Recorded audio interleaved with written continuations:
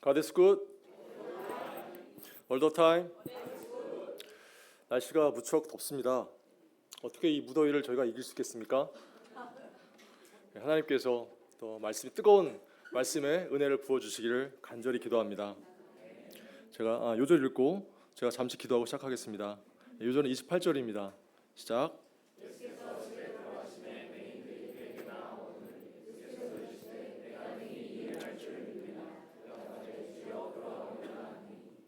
사랑과 은혜가 풍성하신 하나님 아버지 감사합니다. 또 저희 가운데 또 주일 예배 또 허락하여 주시고 또 이 말씀 듣게 하시니 감사합니다. 오늘 말씀 통해서 또 정말 주님께서 원하시는 또 기뻐하시는 역사하시는 믿음이 무엇인가 말씀을 통해서 또 잘 배울 수 있도록 도우시길 간절히 기도합니다. 말씀을 통해서 저희의 또 영안이 또 열려서 또 이 주님을 제대로 바라볼 수 있도록 도우시길 간절히 기도합니다. 감사드리며 모든 말씀 예수님의 이름으로 기도드렸습니다. 네. 햇빛은 누구에게나 공평하게 쏟아집니다. 하지만 모든 사람이 누리는 것은 아닙니다. 어떤 사람은 찬란한 빛을 누리지 못하고 어둠 속에 지냅니다. 이는 그가 햇빛을 손으로 가리거나 집에 커튼을 치거나 지하실로 들어가 숨기 때문입니다. 마찬가지로 하나님은 누구에게나 공평하게 은혜를 베푸십니다. 그런데 주님을 올바르게 믿고 믿음으로 나아가는 자만이 이 은혜를 누릴 수 있습니다. 오늘 본문에서 예수님은 10가지 기적 중 마지막 4가지 기적을 행하십니다. 그리고 이 기적들을 통해 당신이 누구신지 조금 더 분명하게 드러내십니다. 그러면서 예수님에 대한 사람들의 반응도 나뉘기 시작합니다. 특히 오늘 말씀에서 예수님은 너희 믿음을 강조하시고 그 믿음이 성장하도록 도우십니다. 나는 주님을 어떤 분으로 믿고 따르고 있는지 되돌아보고 새롭게 결단하는 시간이 되기를 기도합니다. 파트 1, 내 믿음이 너를 구원하였다. 18절부터 26절까지입니다. 18절을 보십시오. 예수님은 새 포도주 비유에 관한 말씀을 가르치고 계셨습니다. 그런데 이때 한 관리가 와서 주님께 무릎을 꿇었습니다. 다른 복음서에는 그가 회당장 야이로라고 되어 있습니다. 회당장은 제사장은 아니지만 예배를 주관하고 회당을 관리하는 사람으로서 존경받는 위치에 있었습니다. 또 보통 율법적이고 자존심이 세서 예수님께 대해 비판적이었습니다. 그런데 이런 그가 젊고 가난한 목수에 불과한 예수님께 나와 무릎을 꿇은 것입니다. 그가 왜 이렇게 하였을까요? 바로 사랑하는 딸이 죽었기 때문입니다. 그의 마음은 갈기갈기 찢어졌을 것입니다. 제 정신이 아니었을 것입니다. 그런데 이런 상황에서 그가 겸손히 주님께 나왔습니다. 그리고 예수님이 오셔서 죽은 딸의 몸에 손을 얹으시면 살아날 것이라고 하였습니다. 그의 간구가 참으로 놀랍습니다. 먼저는 이미 죽은 자를 살려달라고 하는 게 놀랍습니다. 아무리 위중하더라도 살아있는 사람을 고치는 것과 죽은 자를 살리는 것은 차원이 다릅니다. 또 예수님이 죽은 딸을 살려낼 수 있다고 믿는 것이 놀랍습니다. 그리고 그는 시체에 손을 대면 부정하다는 사실을 누구보다 잘 알고 있는 회당장입니다. 이런 그가 시체에 손을 얹어 살려달라고 부탁한 사실이 또한 놀랍습니다. 그런데 한편으론 아무리 힘들고 괴롭더라도 죽은 딸을 살려달라고 하는 것은 너무 무리한 부탁이 아닌가 하는 생각이 들기도 합니다. 그래서 누가복음 8장 49절을 보면 그런 사람들로부터 딸이 죽었으니 선생님을 더 괴롭게 하지 말라는 말을 듣기도 하였습니다. 하지만 사실 우리도 예수님께 기도하려고 할 때 이런 생각이 들 때가 있습니다. 이런 기도도 들어주실까? 내가 그동안 예수님을 미워하고 원망했는데 너무 염치 없는 거 아닌가 하는 것입니다. 저도 처음 죄사함을 받고자 주님께 나아갈 때 내가 이렇게 많은 죄를 지었는데 용서해 달라는 게 이치에 맞나? 아니 정말 용서해 줄 수 있나? 생각하였습니다. 자녀들과 양들에게도 우리 이렇게 기도 한번 해보자 라고 하면 그건 좀 그렇지 않나요? 하며 머뭇거릴 때가 있습니다. 그러면 어떻게 해야 할까요?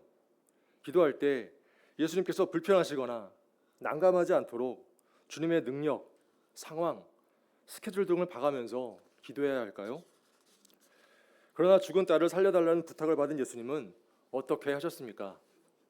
그의 요청을 받으시고 그 즉시 일어나 그와 함께 그의 집으로 가셨습니다.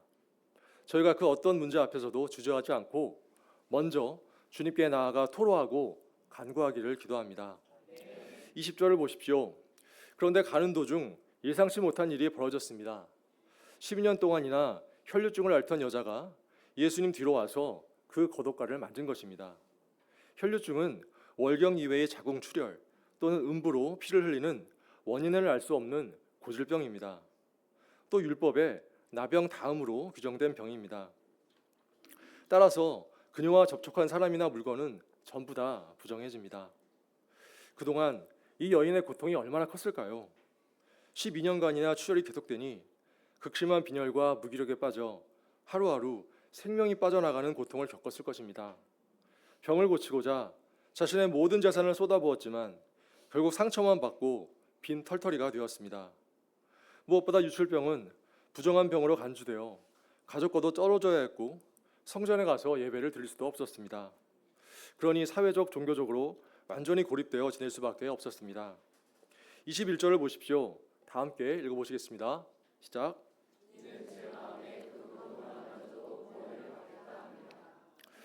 그런데 그녀는 왜 예수님의 겉옷가를 만지려고 했을까요?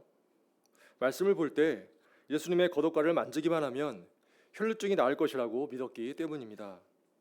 또 이 지긋지긋한 고통에서 벗어나 새로운 삶을 살고 싶은 간절한 소망이 있었기 때문입니다. 그리고 이 병은 세상 그 어떤 방법으로도 고칠 수 없다는 것을 분명히 깨달았기 때문입니다. 그러면 그녀는 어떻게 이런 믿음을 갖게 되었을까요? 사실 1, 2년도 아니고 무려 12년 동안이나 병을 고치고자 최선을 다했지만 실패했다면 소망이라는 것이 남아 있었을까요? 만약 다른 사람이 저기 정말 용한 의사가 있는데 마지막이니까 한번 가보자 하면 갈까요? 여러분 가시겠습니까? 저라면 가지 않을 것 같습니다. 그런데 이런 그녀에게 자신보다 더 부정한 나병 환자가 깨끗하게 되었다는 소식이 들렸습니다. 유대인들이 부정하게 여기는 이방인 백부장의 하인이 중풍병에서 나았다는 소식도 들렸습니다. 사람이 변하면 죽는다고 하는데 그 상종 못할 더럽고 악랄한 죄인 세리가 회개하고 새 사람이 되었다는 소식도 들렸습니다. 그리고 전에 없던 이 모든 기적들이 바로 예수님을 통해 이루어졌다는 것을 알게 되었습니다. 그러자 그럼 나도 이 예수님께 나아가기만 하면 나을 것이란 새로운 믿음과 용기가 생긴 것입니다. 하지만 이내 냉혹한 현실의 벽이 그녀를 두렵고 주저하게 만들었습니다. 예수님 주변에는 수많은 무리가 있었기 때문에 예수님을 터치하려면 그 무리를 뚫고 나아가야 했습니다. 문제는 자신이 부정하기 때문에 다른 사람들을 만지게 되면 그들도 부정하게 될 뿐 아니라 예수님까지도 부정하게 된다는 죄의식이 있었습니다. 또 매일 피를 쏟으니 무리를 뚫을 수 있는 체력이 없었습니다. 그러면 이때 여인은 어떻게 하였습니까? 21절 말씀을 다시 한번 읽어보시겠습니다. 시작.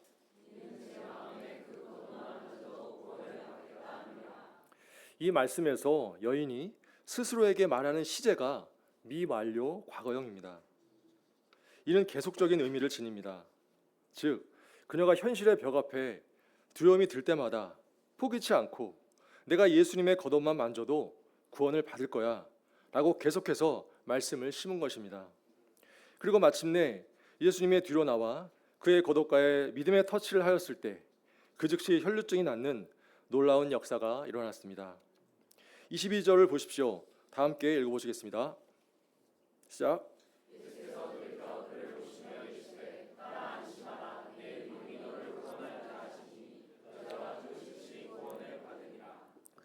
이때 예수님은 자신의 능력이 나간 줄 아시고 이 여인을 주목하시고 축복하셨습니다. 여인은 당시 예수님 주변에는 수많은 무리가 있었기 때문에 자신의 행동을 아무도 모를 것이라고 생각했습니다. 심지어 예수님도 모를 것이라고 생각했습니다. 그러나 예수님은 은밀한 중에 모든 것을 보시고 아시는 분이십니다.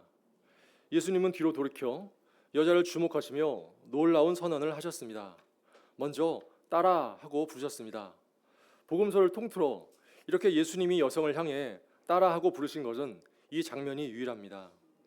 이를 통해 저주받은 부정한 여자에서 하나님의 사랑받는 딸로 그 정체성을 단숨에 바꿔 주셨습니다. 그리고 안심하라 말씀하셨습니다. 여인은 자신의 행동이 나중에라도 들통나면 사회로부터 벌을 받을 수 있다는 두려움이 있었습니다. 무엇보다 그토록 원하던 병은 나았지만 주님을 속이고 그 능력을 몰래 훔쳤기에 예수님의 치유 역사가 취소될 줄도 모른다는 두려움이 남아 있었습니다. 그러나 주님은 안심하라 말씀해 주심으로 모든 두려움의 찌꺼기까지 말끔히 씻어내 주셨습니다.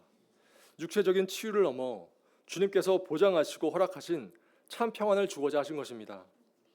그리고 여자는 예수님의 겉옷자락만 만져도 낫겠다는 마음으로 나아갔고 실제로 그렇게 했을 때 정말로 병이 나았습니다. 그러므로 나중에라도 자칫 여인의 믿음이 미신이나 주술적 맹신으로 빠질 위험이 있었습니다. 그리하여 그녀를 멈춰 세우시고 내 믿음이 너를 구원하였다 말씀하시므로 그녀의 병이 낫게 된 것은 예수님과의 인격적인 만남과 그녀의 온전한 믿음을 통해 이루어진 것임을 분명히 가르쳐 주셨습니다. 이를 통해 그녀가 육신의 병이 낫는 것을 넘어 예수님을 인격적으로 믿고 따름으로 영혼의 구원에까지 이르도록 도우셨습니다. 또한 당시 예수님 주변에는 이 여인처럼 각자의 소원과 믿음을 가지고 예수님의 옷에 손을 대는 자가 무척 많았을 것입니다. 그러나 성경은 예수님께 대한 분명한 믿음으로 나아간 이 여인이 예수님께 은혜를 받았음을 기록하고 있습니다. 이를 볼 때 예수님의 은혜는 모든 사람에게 열려 있지만 간절히 원하지 않는 사람, 온전한 믿음이 없는 사람에게는 일방적으로 역사하지 않는다는 것을 알 수 있습니다. 저희가 주님을 바로 알고 간절함과 온전한 믿음으로 주님께 나아가 주님이 예비하신 은혜를 충만히 누리기를 기도합니다. 다 함께 에베소서 2장 8절을 읽으시겠습니다. 시작.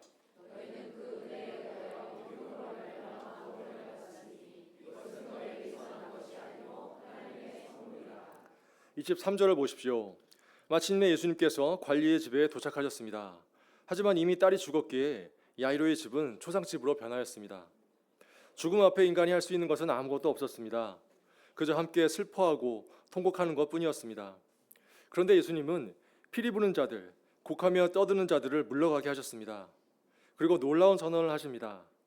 소녀가 죽은 것이 아니라 잔다. 이를 듣고 사람들은 비웃었습니다. 예수님을 알지 못하니 당연한 반응이었습니다. 이들에게 죽음은 끝이었습니다. 그 어떤 것도 죽음을 막을 수도 되돌릴 수도 없었습니다. 그러나 새 포도주 대신 예수님이 오심으로 죽음의 의미가 달라졌습니다. 이제부터 죽음은 잠에 불과합니다. 부활이요 생명이신 주님으로 인해 죽음은 다시 깨어나기 위해 잠시 거쳐가는 과정이 되었습니다. 사람들은 죽은 딸을 살리기 위해 예수님께 달려간 관리를 보며 쓸데없는 짓을 한다고 속으로 비웃었습니다.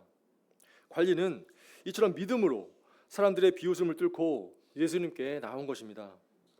그런데 생각해보면 이 관리도 사랑하는 12살 난 딸이 갑자기 죽는 시련을 겪지 않았다면 예수님께 관심조차 없었을 것입니다. 오히려 회당장으로서 더욱 자신을 의지하고 하나님을 대적하고 비웃는 삶을 살았을 것입니다. 그러니 고난이 참으로 고통스럽지만 고난을 통해 주님을 인격적으로 만날 수 있다면 무엇과도 바꿀 수 없는 귀한 축복이 될 수 있습니다. 25절을 보십시오. 무리를 내보내신 예수님은 놀랍게도 죽은 소녀의 손을 잡아 일어나게 하셨습니다. 말씀만으로도 살리실 수 있는 분이신데 왜 굳이 죽은 소녀의 손을 잡아 일어나게 하셨을까요? 죽은 자를 만지면 부정하다고 한 율법에 매이지 않는다는 사실을 보여주고자 하셨기 때문입니다. 새 포도주 주신 예수님이 오시기 전까지 죽음은 금단의 영역이었습니다. 그 어떤 권세를 가진 자라도 엄청난 부와 성공을 이룬 자라도 죽음은 감히 건드릴 수 없었습니다. 그저 죽음 앞에서는 항복할 수밖에 없었습니다. 그러나 모든 질병과 자연과 영적인 세계까지 통제하신 예수님께서 이번에는 한치의 망설임도 없이 죽음의 영역으로 당당히 걸어가셨습니다. 그리고 죽은 소녀의 손을 잡아 다시 일으켜 세우심으로 그녀를 죽음에서 생명으로 건져내셨습니다. 이를 통해 이제 예수님께서 죽음의 영역까지도 지배하신다는 것을 분명히 보여주셨습니다. 왜냐하면 죽음은 죄의 결과이고 예수님께서는 죄를 사하시는 권능이 있기 때문입니다. 예수님의 기적 중에서 가장 놀랍고 결정적인 것은 바로 죄사함과 죽은 자를 살리신 일입니다. 이를 위해 예수님께서 이 땅에 오셨습니다. 만약 그저 저희의 형편을 좀 더 낫게 해주시기 위해 오셨다면 굳이 십자가까지 지실 이유가 없기 때문입니다. 파트 2, 내가 능히 이 일을 할 줄을 믿느냐, 27절부터 34절까지입니다. 27절 보십시오. 다 함께 읽으시겠습니다. 시작.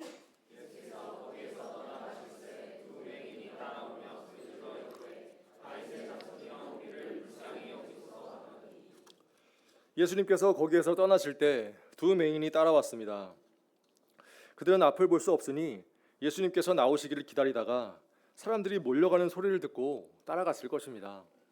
그런데 놀랍게도 그들은 예수님을 향해 다윗의 자손이여 우리를 불쌍히 여기소서 외쳤습니다. 다윗의 자손이란 당시 사람들이 그리스도를 가리키는 표현이었습니다. 그러니 그들은 예수님을 다윗의 자손, 즉 그리스도라고 부른 것입니다. 그런데 당시 예수님을 그리스도라고 부른 것은 이 맹인들이 처음이라고 합니다. 그런데 맹인인 이들이 어떻게 예수님을 그리스도로 알아볼 수 있었을까요? 맹인으로 겪어야 했던 극심한 고통 때문이었습니다. 그들은 무슨 일을 할 때마다 누군가의 손을 잡거나 소리에만 의지해야 했기에 늘 두려움 속에 살았습니다. 사랑하는 가족의 얼굴도 볼 수 없었습니다. 구걸하며 사람들의 동정심에 기대어 살아야 했습니다. 아마 그들이 소리질러 예수님을 부를 때도 주위 사람들은 관심조차 주지 않았을 것입니다. 그들은 살아있으나 죽은 것과 다름없는 존재였습니다. 상황이 이러니 그들은 메시아에 대해 예언한 이사야서 35장 5절, 그때 맹인의 눈이 밝을 것이며 못 듣는 사람의 귀가 열릴 것이며 하는 말씀을 꼭 붙들고 살았을 것입니다. 제발 메시아가 오셔서 눈을 뜨게 하여 주시기만을 간절히 바랬습니다. 그런데 이런 그들에게 온갖 치유의 기적을 이루신 예수님의 소문이 들리는 것입니다. 아직까지 맹인이 보게 되었다는 소식은 들리지 않았지만 이들은 예수님께서 바로 이사야 선지자가 예언한 메시아이심을 확신했습니다. 28절을 보십시오. 다 함께 읽어보시겠습니다. 시작.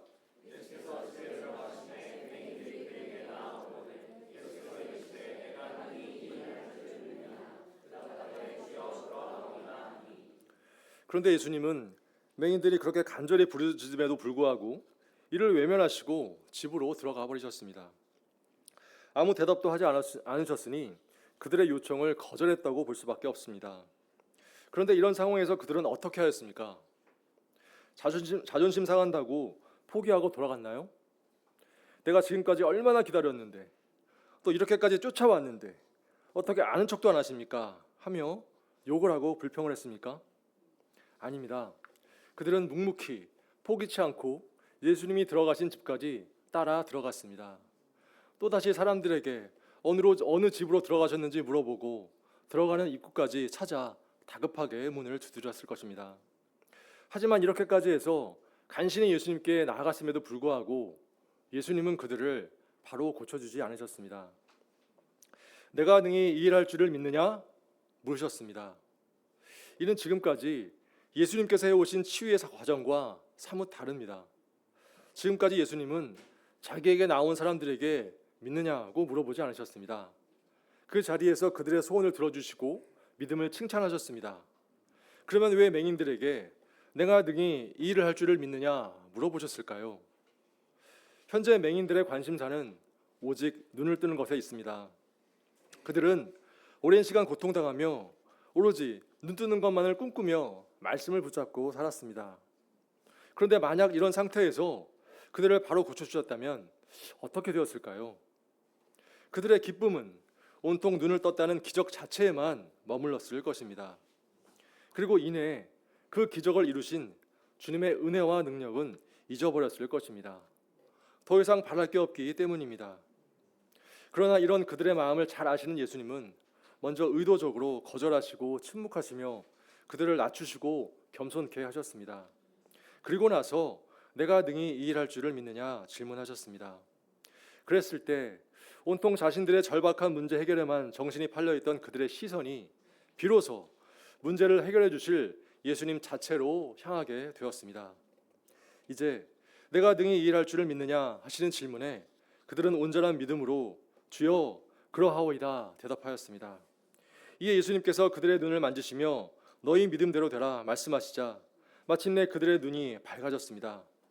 이는 맹인들이 육신의 눈을 뜬 것만이 아니라 눈만을 뜬 것이 아니라 예수님을 그리스도로 알아보는 영적인 눈이 열리게 되었다는 의미입니다. 그러면 예수님께서 축복하신 이 맹인들의 믿음은 어떤 믿음일까요? 그들은 처음에는 다윗의 자손이여 우리를 불쌍히 여기소서 소리치며 예수님을 따라왔습니다. 그런데 후에 내가 능히 이 일을 할 줄을 믿느냐 하는 질문에는 주여 그러하오이다 하며 대답했습니다. 예수님께 대한 호칭이 다윗의 자손에서 주, 롤드로 바뀐 것입니다. 이 둘은 어떤 차이가 있을까요? 과거 나야가라 폭포에서 외줄타기를 했던 찰스 브론딘이라는 유명한 고개사가 있었습니다. 어느 날 그가 내가 사람을 업고 이 줄을 건널 수 있다고 믿습니까? 라고 사람들에게 물었습니다. 그러자 관중들은 일제히 네 믿습니다 라고 환호성을 질렀습니다. 그의 수많은 고개를 보며 그의 능력을 확신했기 때문입니다. 이처럼 예수님을 다윗의 자손이라고 부르는 것은 예수님께서 우리를 구원할 그리스도이심을 알고 확신하는 것입니다. 그때 블론딘이 이렇게 말하였습니다. 그렇다면 내 등에 업힐 자원자 계시면 나오십시오. 그러자 순간 정적이 흘렀습니다. 그의 능력이 최고라는 것을 알고 인정하지만 내 생명을 그에게 맡기는 것은 전혀 다른 문제이기 때문입니다. 그런데 그때 그의 매니저가 나와 그의 등에 엎혔고 무사히 폭포를 건넜습니다. 이처럼 예수님을 주라고 고백하는 것은 내 생명과 인생을 온전히 주님의 뜻에 맡기고 내어드리는 것입니다. 맹인들은 처음에 예수님을 다윗의 자손이라고 부르며 나왔습니다. 이것은 그들이 예수님을 단순한 치유자가 아니라 하나님께서 약속하신 그리스도로 알고 있었다는 뜻입니다. 이는 참으로 놀라운 믿음이었습니다. 그들은 이사야 선지자가 예언한 것처럼 메시아가 오시면 맹인의 눈이 밝아질 것을 붙들고 예수님께 나온 것입니다. 하지만 그들의 믿음은 아직도 성장해야 했습니다. 그들의 소원은 눈을 뜨는 것이었지만 예수님은 그들이 단지 육신의 눈을 뜨는 데서 멈추지 않고 예수님이 어떤 분인지를 더 깊이 알고 믿기를 원하셨습니다. 그들은 이제 예수님께서 오셨으니 당연히 자신들의 눈을 낫게 해주실 것이라고 기대했습니다. 나아가 자신들은 나병 환자, 이방인 백부장, 세리, 예수님을 무시했던 회당장 야이로, 혈중 앓던 여인 등과 비교할 때 그들보다 부정하지도 않고 죄인도 아니니 당연히 고쳐주셔야 한다고 확신했습니다. 또 맹인으로서 그들보다 훨씬 고생하고 고통을 당했으니 고쳐주시는 것이 마땅하다고 생각했습니다. 그런데 그들의 기대를 벗어난 예수님의 외면과 침묵은 다른 사람들과의 비교가 아닌 주님 앞에서의 자신의 모습을 보게 하셨습니다. 그리고 그때 내가 능히 이 일을 할 줄을 믿느냐는 질문을 듣자 자신들이 주께 응답받을 만한 어떤 자격도 어떤 공로도 없을 뿐더러 아무것도 할 수 없는 그저 죄인에 불과하다는 것을 알게 되었습니다. 그리고 그들의 눈이 낫는 것이 자신들의 간절함이나 자격 때문이 아니라 전적으로 예수님의 긍휼과 능력에 달려있음을 깨닫게 되었습니다. 이처럼 예수님의 질문은 그들의 믿음을 책망하기 위한 것이 아니라 그들의 믿음을 더 성장하도록 하기 위한 질문이셨습니다. 이에 맹인들은 주여 그러하오이다 대답했습니다. 그들의 믿음이 예수님을 다윗의 자손이라고 부르는 데서 주여라고 고백하는 데까지 성장한 것입니다. 이를 통해 우리는 주님께서 기뻐하시는 믿음이란 단순히 문제 해결을 기대하는 믿음이 아니라 나를 불쌍히 여기시는 주님의 긍휼과 능력을 믿고 내 삶을 주님께 맡기는 믿음임을 배우게 됩니다. 32절 보십시오. 다 함께 읽어보시겠습니다. 시작.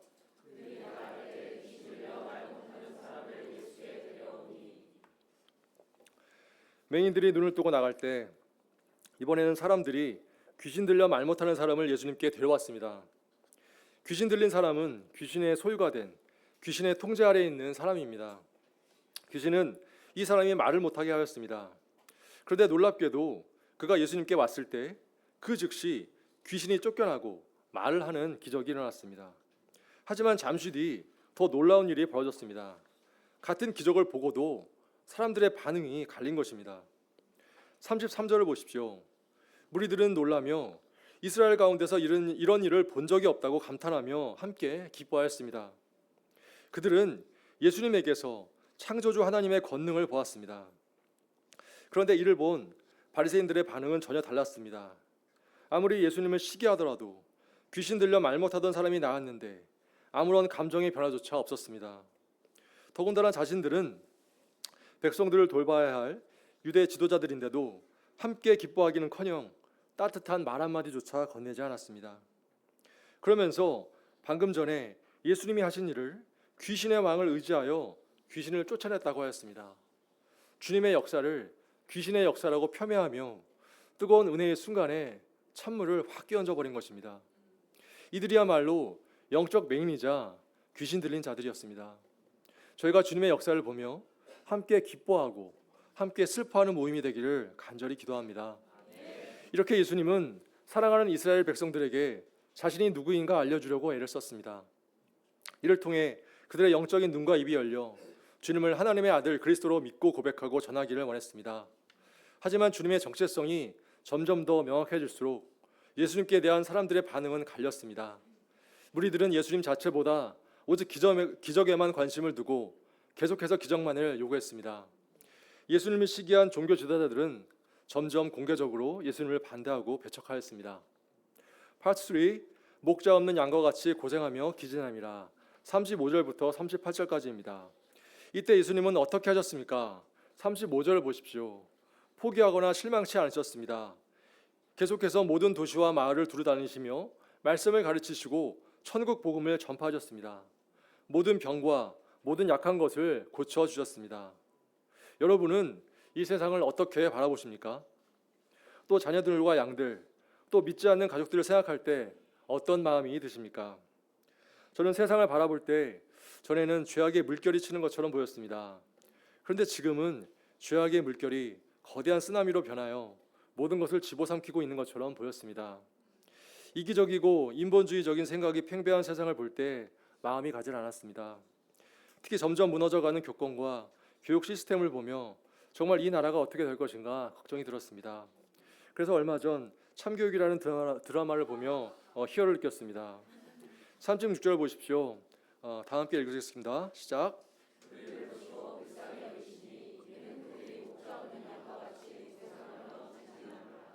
그러나 예수님은 이 세상을 그리고 무리를 어떻게 보셨습니까? 소망이 없다, 늦었다, 끝났다, 누가 잘못했다 하지 않으셨습니다. 무리를 보시고 불쌍히 여기셨습니다. 그리고 그들이 그렇게 고생하며 기진한 원인을 한 가지로 보셨습니다. 바로 목자가 없기 때문이라는 것입니다. 예수님의 말씀을 통해 분명히 알 수 있는 것은 사람이 불쌍한 것은 돈이 없어서 또 병이 들고 장애가 있어서가 아니라는 것입니다. 바로 목자이신 예수님이 없는 것이 가장 불쌍하고 불행한 인생이라는 것입니다. 목자 없이 늑대가 돌아다니는 것도 모르고 푸른 초원 위에서 혼자 맛있게 풀을 뜯고 있고 또 쉴만한 물가에 누워 편하게 쉬고 있는 양을 보면서 부럽다고 말하는 사람이 있을까요? 없을 것입니다. 반면 다윗은 시편 23편 4절에서 이렇게 고백했습니다. 내가 사망의 음침한 골짜기로 다닐지라도 해를 두려워하지 않을 것은 주께서 나와 함께 하심이라. 주의 지팡이와 막대기가 나를 안위하시나이다. 예수님께서 누구보다 섬세하게 맹인을 도우신 것은 바로 이스라엘 백성이 영적인 맹인이기 때문입니다. 그들은 육신의 눈이 있고 주님의 수많은 사랑과 은혜를 받았음에도 불구하고 여전히 자신들의 욕심과 교만으로 눈이 멀어 예수님을 알아보지 못하고 있었습니다. 그런데 저희도 마찬가지입니다. 여전히 내 생각과 욕심에 갇혀 주님을 믿지 못하고 인생을 주님께 맡기지 못하는 영적 맹인입니다. 욕심과 교만으로 닫혀진 저희의 눈과 입이 열리기를 기도합니다. 먼저 자신이 목자이신 예수님의 돌보심이 없이는 고생하며 기질한 인생을 살 수밖에 없는 양임을 깨닫기를 기도합니다. 이를 통해 목자이신 예수님께 나의 귀한 인생을 온전히 맡기고 주님을 신뢰하며 끝까지 따르기를 기도합니다. 저희의 입을 열어주셔서 주님이 어떤 분이신가 증거하며 주님의 역사를 함께 기뻐하고 찬양하는 삶 살기를 기도합니다. 메시지를 준비하면서 문득 왜 예수님께서 야이로의 딸과 혈루증 앓던 여인의 삶에 겹치게 역사하셨을까 생각이 들었습니다. 생각해보니 야이로의 딸은 12살이고 여인은 12년 동안 혈루증을 앓았으니 지난 12년 동안 이 둘은 참으로 대조적인 인생을 살았습니다. 야이로의 딸은 부자의 명예와 권력이 있는 집안에 태어나 사랑받으며 행복하게 살았을 것입니다. 살았을 것 같습니다. 반면 혈류증 앓은 여인은 말할 것도 없이 극심한 고통 가운데 지냈을 것입니다. 만약 당시 혈류증 여인이 야이로의 딸을 알았다면 참 부럽기도 하고 억울하기도 했을 것 같습니다. 그러나 갑작스러운 병으로 야이로의 딸은 생을 마감합니다. 또 딸의 죽음으로 야이로의 집의 행복은 순식간에 끝나버립니다. 그런데 감사하게도 이들은 거의 동시에 예수님을 만나 주님의 은혜로 딸은 살아나고 혈류증은 낫게 되었습니다. 그렇다면 이후 혈류증을 앓던 여인은 어떤 삶을 살았을까요? 혈류증이 나은 것은 감사하지만 야이로의 딸과 비교하며 자신은 12년 동안 죽도록 고통당하고 재산도 탕진한 것이 억울하다고 했을까요? 아니면 불치병을 고쳐주신 주님을 구주로 영접하고 감사하며 주님을 따르는 삶을 살았을까요? 여기 계신 분들은 대부분 나의 힘으로 해결할 수 없는 문제 앞에 간절히 기도하며 주님의 응답을 받은 경험이 있을 것입니다. 그리고 그때 그 기적을 이루신 주님을 구주로 고백하며 주님을 따르기로 결단하셨을 것입니다. 그러면 지금 어떤 삶을 살고 계십니까? 저는 죄사함의 은혜에 진심으로 감사하며 신앙생활을 하였습니다. 또 다시는 과거의 삶으로 돌아가고 싶지 않아 마음을 다해 주시는 사명을 감당하고자 했습니다. 뿐만 아니라 늘 마음속에 하나님께서 나를 성공시켜 주실 것이라는 기대를 갖고 살았습니다. 또 하나님, 여기까지만 도와주시면 나머지는 제가 알아서 하겠습니다. 대신 여기까지는 꼭 도와주셔야 됩니다 하는 마음으로 주님을 따랐습니다. 또한 나는 하나님께 이 정도는 받을 수 있어. 하나님께서 적어도 이 정도는 해주실 거야. 그리고 나머지는 내 힘과 능력으로 충분히 해결할 수 있어 하는 마음이 깔려 있었습니다. 그러나 주님은 이런 저를 아시고 기다림, 취소, 때로는 거절의 훈련을 통해 낮추셨습니다. 그리고 그때마다 저의 영혼을 열어주셔서 감춰진 저의 죄와 야망들을 회개케 하시고 주님께 삶을 맡기도록 이끌어 가셨습니다. 특히 작년과 올해 주가지수가 치솟는 상황에서 저는 거의 수익을 내지 못했습니다. 또 저보다 훨씬 더 주님을 사랑하고 충성하시는 목자님들의 고난, 갑자기 뇌졸중으로 쓰러진 선배, 아직까지도 주님을 믿지 않으시는 연로하신 아버지, 그리고 저의 힘으로 어느 것 하나 도울 수 없는 성빈이를 보며 제가 얼마나 자격 없는 죄인인가, 제가 얼마나 무능한 자인가 깊이 깨닫게 되었습니다. 그리고 이런 자가 구원을 받고 지금까지 이렇게 살 수 있었던 것은 오직 주님께서 저의 목자가 되어주셔서 인도해 주신 은혜 덕분임을 다시금 깊이 깨닫게 되었습니다. 그리고 제가 주님께 드려야 할 것은 저의 인생뿐 아니라 사랑하는 자녀와 양들의 삶도 온전히 주님께 맡기고 단지 긍휼을 베풀어 주실 것을 믿는 믿음임을 깨닫게 하셨습니다. 제가 처음 구원을 받고자 모든 것을 주님 뜻에 맡기고 긍휼만을 구하며 나아갔던 겸손함과 간절함으로 다시 새롭게 주님 따르기를 기도합니다. 주님께서 맡겨주신 영혼들의 목자가 되어 그들의 영안이 열려 주님을 깊이 만나도록 끝까지 사랑과 말씀으로 섬기기를 기도합니다. 37, 38절을 보십시오. 예수님은 목자가 없어 열심히 살지만 고생하고 기진에 있는 사람들을 추수할 곡식으로 보셨습니다. 그런데 문제는 이들을 추수할 일꾼이 적다고 하십니다. 세상에서도 고생하는 사람들을 안타깝게 생각하고 돕습니다. 그러나 돕는 사람이 예수님을 제대로 믿지 않는다면 진리와 생명의 길로 인도할 수 없습니다. 무엇보다 천국으로 인도할 수 없습니다. 이제 천국잔치 여름수행회가 얼마 남지 않았습니다. 목자 되신 주님을 알지 못해 고생하는 많은 영혼들이 올 것입니다. 메시지, 소감, 연극, 찬양 등 모든 프로그램을 통해 이 땅에 오신 예수님이 어떤 분이신가 잘 드러나도록 기도하며 마음을 다해 준비하기를 기도합니다. 무엇보다 포기치 않으시는 주님의 사랑을 깊이 깨달아 나의 욕심과 교만으로 닫혀진 눈과 입이 열려 나의 죄를 보고 회개하며 뜨겁게 주님 만나기를 기도합니다. 제가 기도하고 마치겠습니다. 사랑과 은혜가 풍성하신 하나님 아버지, 감사합니다. 정말 죄악된 저희를 또 이 십자가의 보혈로 또 구원하여 주시고 주님 안에서 또 새로운 인생 살게 하시니 감사합니다. 저희가 이 크고 작은 고난 가운데 낙심하지 않고 주님께 나아갈 수 있도록 도와주십시오.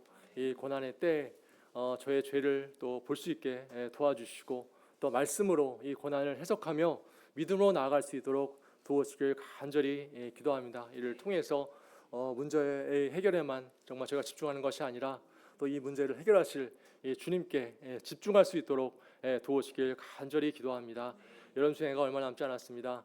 주님께서 이 여름 수행을 축복하여 주시고 또 많은 영혼들이 또 오게 하시며 또 이 말씀과 또 이 찬양과 모든 프로그램 통해서 또 주님의 사랑이 잘 드러날 수 있도록 도우시길 간절히 기도합니다. 감사드리며 모든 말씀 예수님의 이름으로 기도드렸습니다. 아멘.